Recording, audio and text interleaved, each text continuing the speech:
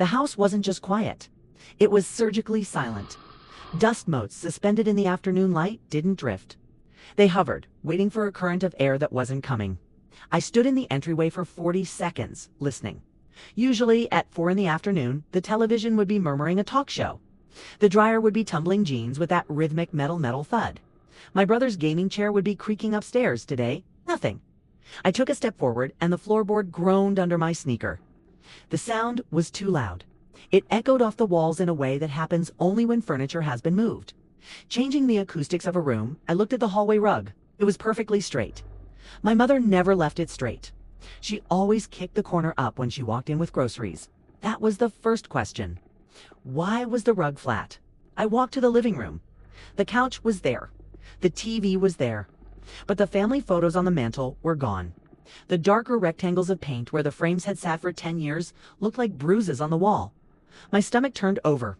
A slow, heavy rotation like a cement mixer. I went to the kitchen. The toaster was missing. The block of knives was gone. The decorative jar where my father kept his spare change was gone. I stood in the center of the linoleum floor, my backpack straps cutting into my shoulders. I didn't take the bag off. My body knew something my brain hadn't processed yet. My skin pricked, the tiny hairs on my arms standing up as if the air pressure had dropped before a storm. Then I heard it. The refrigerator compressor kicked on. It was a low, vibrating hum. A mechanical rattle that usually blended into the background of a living home. But in this dead space, it sounded like a chainsaw. It was the only living thing in the house. Hum-om-om-click. That sound? It bored into my molars. There was a piece of notebook paper on the center of the granite island. A single sheet torn from a spiral notebook. The ragged edge was still attached. I walked toward it. My legs felt light, hollow, like they were filled with helium. I didn't pick up the paper. I just looked at the handwriting. It was my mother's script, looped and careful. It's the same handwriting she used for grocery lists and excuse notes for Jim. Class. 3 words. You'll figure it out. That was it. No signature. No date. No explanation. I stared at the period at the end of the sentence. She had pressed the pen down hard. The dot was an indentation, almost a hole in the paper. The refrigerator hummed louder, filling the vacuum of the room. It vibrated against the soles of my shoes. My vision tunneled until all I could see was the blue ink. I checked the back of the paper. Blank. I ran upstairs. I didn't shout their names. I knew no one was there. I opened my brother's door. His room was stripped. Bedding gone. Computer gone. Even the posters were peeled off, leaving sticky tack residue on the drywall. I went to my parents' room. The closet was open. Empty hangers chimed together as the draft from the door hit them. They hadn't just left. They had executed an evacuation. I went back to the kitchen. I stood by the island. I looked at the note again. You'll figure it out. My breath stopped coming. I tried to inhale, but my throat had closed, a fist tightening around my windpipe. The silence of the house pressed against my eardrums until they rang. A high-pitched whine competing with the refrigerator. I needed water. I reached for a glass from the cupboard above the sink. Empty. They had taken the glasses. I drank from the tap, cupping my hands, water spilling down my chin and onto my shirt. The cold shock helped. I gasped, finally pulling air into my lungs. I checked the pantry. 2 cans of creamed corn, a half bag of stale pretzels. I checked the drawers. The junk drawer was cleared out. No batteries. No scissors. No spare keys. I reached into my pocket and pulled out my phone. I dialed my mother. It didn't ring. It went straight to a recording. The number you have reached is no longer in service. I dialed my father. No longer in service. I dialed my brother. It rang once. Then a click. Then voicemail. I didn't leave a message. I looked at the screen, waiting for a text, a notification. Anything. The screen went black dot. I walked to the front door and locked it. Then I engaged the deadbolt. Then I dragged a dining chair over and wedged it under the handle. I sat on the floor with my back against the door and waited. I don't know what I was waiting for. A car in the driveway. A police officer. A punchline. The sun went down. The house turned gray, then black. I didn't turn on the lights. If I turned on the lights, the emptiness would be illuminated. In the dark, I could pretend the furniture was still there. The refrigerator cycled off. The silence that rushed back in was heavy, physical. It pressed against my chest at 7 the next morning. A key turned in the lock behind my head. The chair scraped against the floor as the door pushed open. I scrambled up, my legs numb, pins and needles shooting through my calves. It wasn't them. It was a man I had never seen before. He wore a gray polo shirt and held a clipboard. He looked at me, then at the chair, then at my backpack still on my shoulders. He didn't look surprised. He looked annoyed. He told me I had 48 hours. The lease had been terminated early. The penalty fees had been paid in cash. He assumed the house was empty. I asked him where they went. He looked at his clipboard. He said he didn't have a forwarding address. He said they had specifically requested no mail forwarding. I asked him if they mentioned me. He looked at me then. Really looked at me. His eyes dropped to my sneakers, then up to my messy hair. He chewed on the inside of his cheek. He said nothing. He handed me a paper with a checklist of cleaning requirements. He told me if I was still here on Wednesday, he would call the sheriff. I had $41 in my savings account. I had $14 in my wallet. I walked to the nearest grocery store. I didn't buy food. I bought a box of heavy-duty trash bags and a roll of packing tape. I went back to the house. I went to my room. It was the only room they hadn't touched. My clothes were still in the drawers. My books were still on the shelf. It was a message. We took everything that mattered. We left you. I packed what I could carry. I filled the trash bags with the rest and hid them in the back of the closet, taping them shut, foolishly thinking I could come back for them later. I didn't cry. Crying requires a sense of safety I no longer possessed. My body had entered a different state. My pulse was steady, hard thumping in my neck like a metronome. My vision was incredibly sharp. I noticed the dust on the baseboards. I noticed a spider web in the corner. I slept at a friend's house for 3 nights. I told her my parents had a family emergency out of state and I needed to finish the school week. On the 4th day, her mother asked for a number to call my parents to coordinate pickup. I left while they were eating dinner. I walked out the back door and didn't stop walking until I reached the industrial park on the edge of town.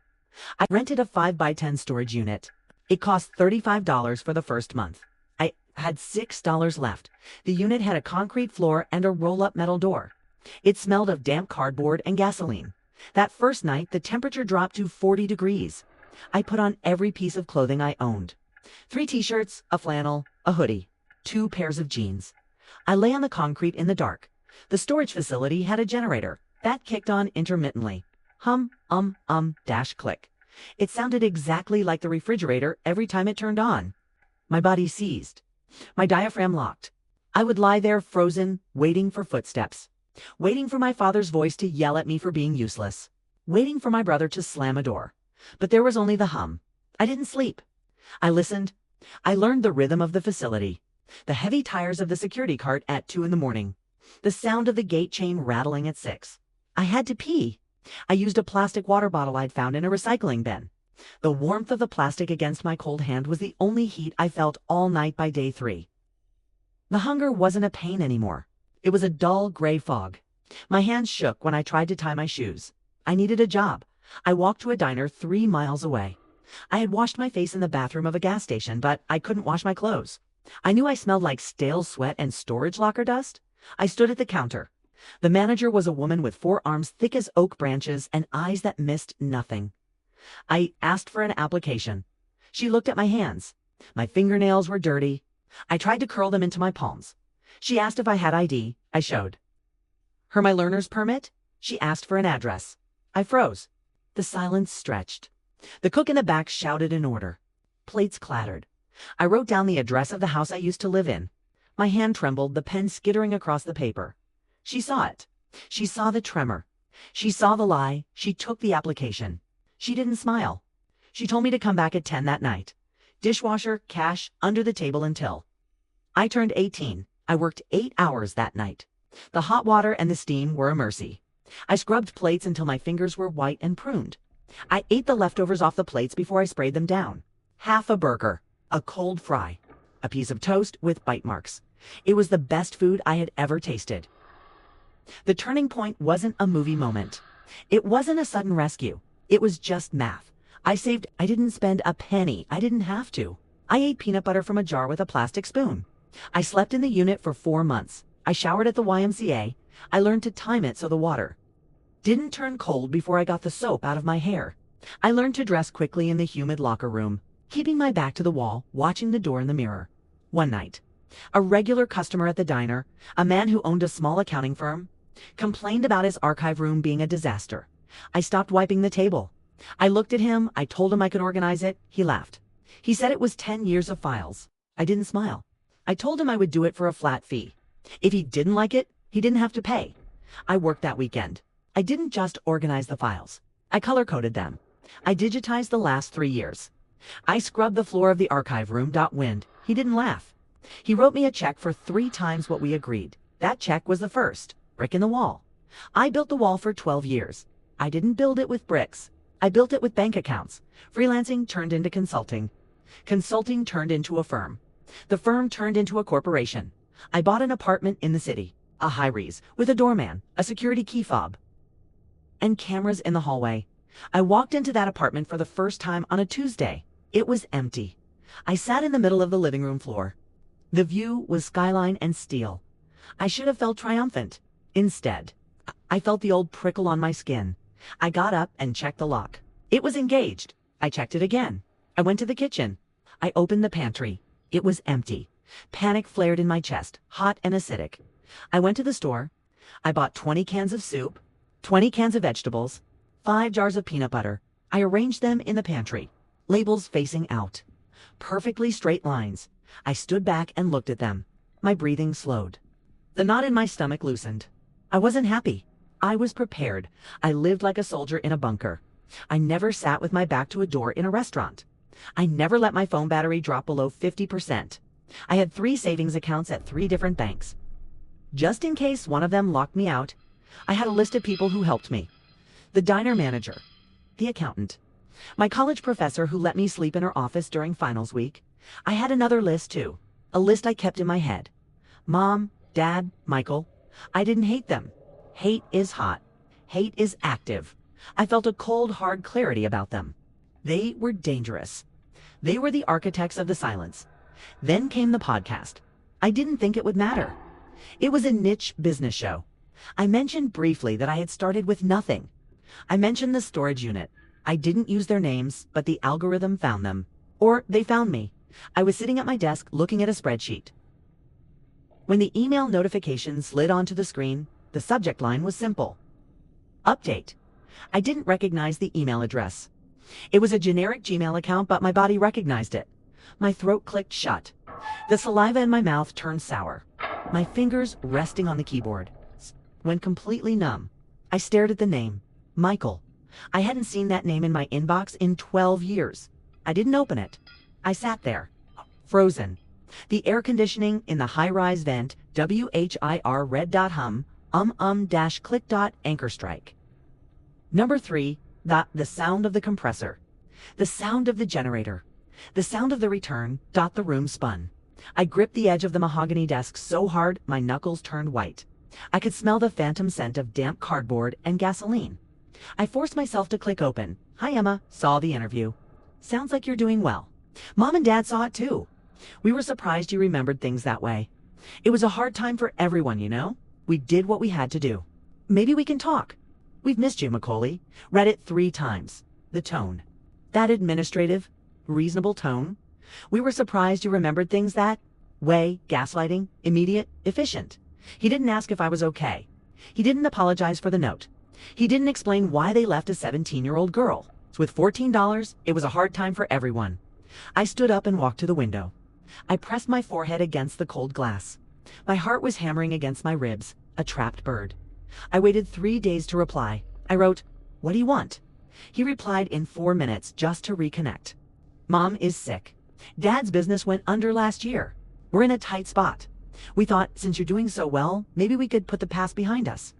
Family helps family. There it was. The hook inside the bait. I shouldn't have done it. My therapist told me not to do it. My lawyer told me not to do it. But the open loop in my brain, the question of why, was a physical ache. I agreed to meet Michael. Just him. He chose a coffee shop halfway between us. A roadside place 2 hours away. I drove. The drive was a blur of gray highway and brake lights. I checked my rearview mirror every 30 seconds. I kept expecting to see my father's old truck. I kept expecting to be pulled over. Paranoia is a muscle. If you exercise it enough, it never atrophies.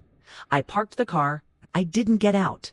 I sat with the engine running, watching the entrance. I saw him. He was standing outside the coffee shop smoking. He looked older. He had lost hair. He wore a jacket that looked too thin for the weather. He looked small. In my memory. He was a giant. A force of nature who slammed doors and shook the floorboards. Now, It was just a guy in a parking lot. But my body didn't care about the visual reality. My body was reacting to the phantom. My hands were shaking so bad I couldn't turn the key to shut off the engine. I had to use 2 hands to twist the ignition. I stepped out of the car. The wind cut through my coat. I walked toward him. He hadn't seen me yet. He was looking at his phone, his brow furrowed, thumb scrolling fast. I got closer. I could see the gray in his beard. I could see the way his shoulders hunched. A posture of defeat. Or was it a posture of waiting? I stopped 5 feet from the door. He looked up. Our eyes locked. He didn't smile. He didn't wave. He just stared. And for a split second, before he composed his face into a mask of brotherly concern, I saw it. I saw the calculation. I saw the appraisal. He wasn't looking at his sister. He was looking at my coat. He was looking at the leather of my bag. He was calculating the net worth of the woman standing in front of him. He took a step toward the door. He reached for the handle to open it for me. You'll figure it out. The words flashed in my mind.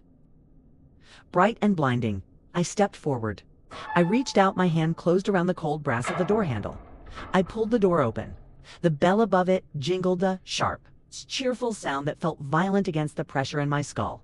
I walked to the booth where he sat. I didn't hug him. I didn't shake his hand. I slid into the vinyl seat opposite him. The vinyl was torn. I focused on the yellow foam bleeding out of the rip. It gave my eyes somewhere to go that wasn't his face. "Emma," he said. His voice was deeper than I remembered, but the cadence was the same. The same hesitation before the noun. I placed my hands on the table, palms flat. 12 years, Michael. He flinched. He picked up his paper cup and squeezed it. The lid popped off. Coffee sloshed onto his thumb. He didn't wipe it. "I didn't know how to find you," he said. "I have been in the phone book for 6 years. I have a website. I have a public business profile." He looked down at the brown puddle on the table. "They told me you didn't want to be found. They said you ran off with a guy. They said you stole money from Dad's wallet before you left." My blood stopped moving. It just stopped. I leaned forward. "I had $14. He looked up then. His eyes were watery, red-rimmed. "I know that now. I listened to the podcast. I realized nothing they told me added up." He reached into his pocket and pulled out a photo. It was me at 10 years old standing next to a snowman. "Kept this," he said. "Mom tried to throw it out. I didn't touch the photo. It was bait. It was an object designed to elicit a reaction." I kept my breathing shallow, counting the inhales. 1, 2, 3. "Why are you here, Michael?" He took a breath. A long, shuddering inhale. "They're drowning Emma. Dad's debt it's bad. They're losing the house. Mom needs surgery on her hip. They don't have insurance." I watched his mouth move. I watched the way his lips formed the words debt and surgery. "And," I asked, "and they're our parents. They left me in an empty house with a can of corn and a note. They were desperate." His voice rose. A woman at the next table looked over. He lowered his voice, leaning in. "They made a mistake. A horrible mistake. But they're old now. They're scared. Dad talks about ending it. He says he has no way out." Kay paused, waiting for me to flinch. Waiting for the daughter's guilt to override the survivor's logic. "I can't carry them alone anymore," he whispered. "I have a wife. I have a daughter. I can't pay their mortgage and mine. You have resources now." I stood up. My chair scraped loud against the tile. "I'm leaving." "Emma." "Wait. Just tell them," I said. My voice steady, though my knees felt like water. That I figured it out. I walked out. I didn't look back. I got into my car, locked the doors, and drove until the speedometer hit 80. I didn't cry. I pulled over at a rest stop 3 towns away and threw up in a trash can. My phone started, buzzing 10 minutes later. Unknown number. I let it go to voicemail, then a text. "Please don't punish your brother for our sins. We need to talk. Mom. I blocked the number." Another text came through from a different number.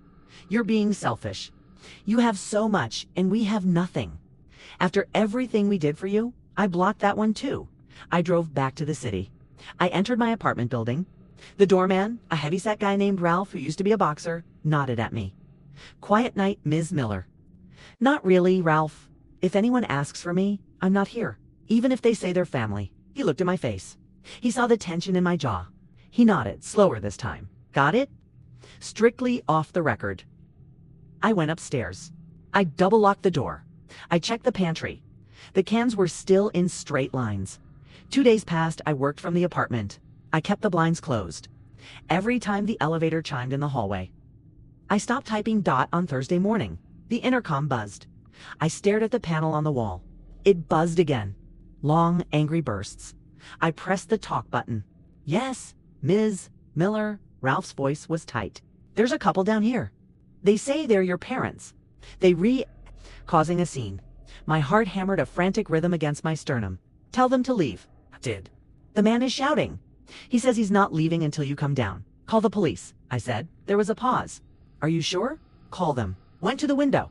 I peeked through the slat of the blind. I saw them on the sidewalk. My father was pacing, gesturing at the glass doors. My mother was slumped on a bench, a hand to her chest. They looked old. They looked small, but even from 10 stories up, I could feel the pull.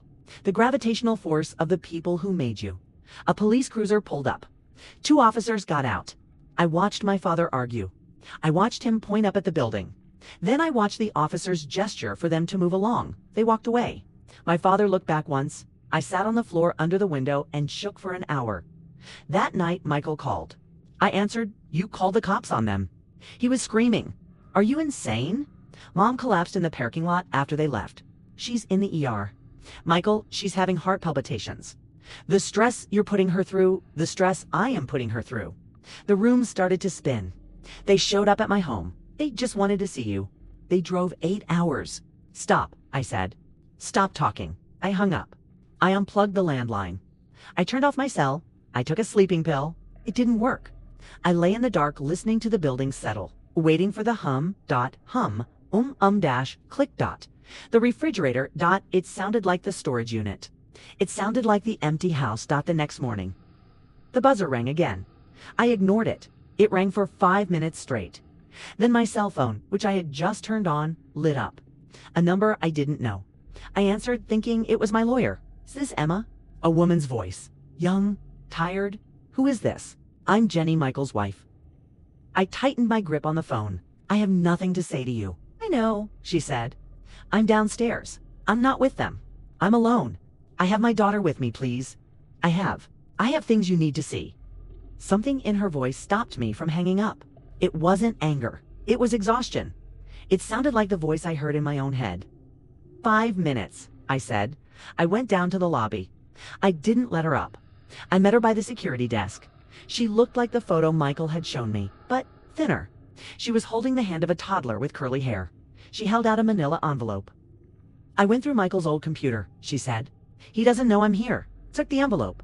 What is this? Printouts, she said, from 10 years ago. From 5 years ago. I opened the flap. It was a stack of Facebook screenshots and emails. I read the top one. A post from my mother dated 3 weeks after they left me. Please pray for our daughter Emma. She's run away again. We're heartbroken. If anyone sees her, please call us. She's not well. The comments underneath were filled with sympathy. So sorry for you. Kids these days, you're such good parents for trying. I flipped the page. An email from my father to an uncle I hadn't seen in years. Emma got into drugs. We tried to get her into rehab, but she stole our savings and took off. We're devastated. We might lose the house because of what she took. I flipped another page. A GoFundMe campaign. Help us find our daughter and save our home. They had raised $4,000. I looked at Jenny. My hands were trembling so hard the papers rattled. They didn't just leave me, I whispered. They used me? I've been living off the sympathy for a decade, Jenny said. Her voice was flat, hard. They told Michael you were dangerous. That's why he never looked for you. He was scared you'd hurt us. Why are you telling me this? Because they asked us for $20,000 yesterday, she said. They said it was for legal fees to sue you. For defamation. The audacity was so pure, it was almost beautiful. They want to sue me. They say your podcast is a lie. They say they have proof you're unstable. I looked at the toddler. She was chewing on the ear of a stuffed rabbit. She looked exactly like I did in the baby photos I no longer owned. Thank you, I said to Jenny. Burn them down, she said. Please, for my family's sake. Burn it all down. Went back upstairs. I scanned every page. I sent them to my lawyer. Then I called Michael. Meet me, I said. Bring them. What? Bring Mom and Dad tomorrow. The lawyer's office on 4th Street, noon. If they want money. They want to talk, that's where it happens. He sounded relieved. Okay, Emma, that's good. That's a start. Had no idea.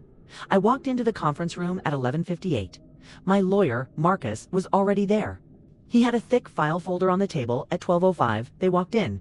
Michael looked hopeful. Jenny looked pale. She stared at the floor. My parents walked in last. My mother was using a cane I'd never seen before.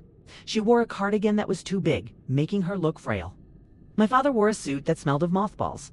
They stopped when they saw me. My mother made a sabanda. Choked Saband reached out. Emma, I didn't move. I sat at the head of the polished wood table. I didn't blink. Sit down, Marcus said. They sat. My father glared at Marcus. We don't need lawyers. This is a family matter. It's a legal matter, I said. Since you threatened to sue me, we just want what's fair, my father said. His voice was the voice from the kitchen table, the one that used to make me clean the floor with a toothbrush. You have millions. We are destitute because of the stress you caused us. The stress I caused you, I repeated. Running away, my mother sniffed. Stealing our money. We never recovered. I nodded to Marcus. He opened the folder. He slid a single piece of paper across the table. It was the screenshot of the GoFundMe page. October 14th, 2012. Marcus read, you claimed Emma stole $10,000. Police records show no report was ever filed. Slid another paper. November 1st, 2012. You claimed on social media that you were searching for her. But here is the lease termination agreement for the house, signed 3 days before you left. You didn't lose the house. You've canceled the lease. He slid the final paper. The note. I had kept it. I had framed it, actually. Not on the wall, but in a safe deposit box. A reminder, you'll figure it out. My mother went white. Her mouth opened, but no sound came out. This is handwriting analysis confirming your authorship, Marcus said. And here are the bank records showing you emptied Emma's college savings account, which was in her name 2 days before you moved. The room was silent. The air conditioning, HUMMMED. Click. My father stood up.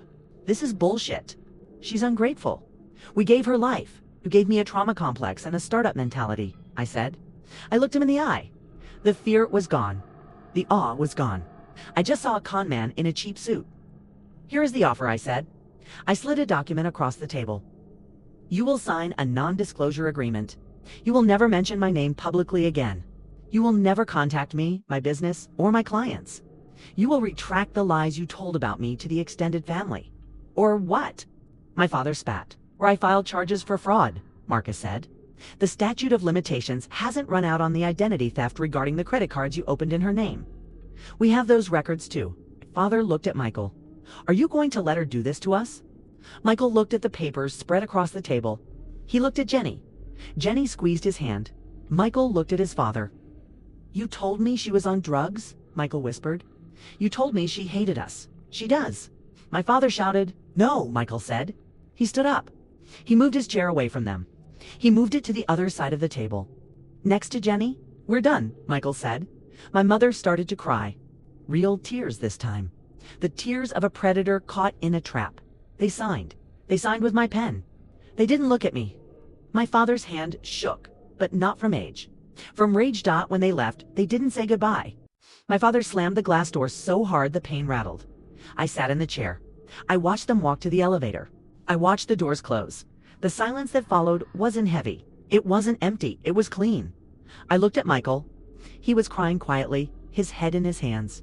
Jenny was rubbing his back. Sorry, he choked out. I'm so sorry, Emma. No, I said. I stood up. I walked to the window. I looked down at the street. I saw my parents emerge onto the sidewalk. They looked smaller than ever. Just a people in a sea of traffic, they walked to the corner and disappeared. I didn't feel happy. I didn't feel whole. The hole they dug in me was still there. It would always be there. But I had filled it with concrete. I had built a skyscraper on top of it. I turned back to the room. Who's hungry?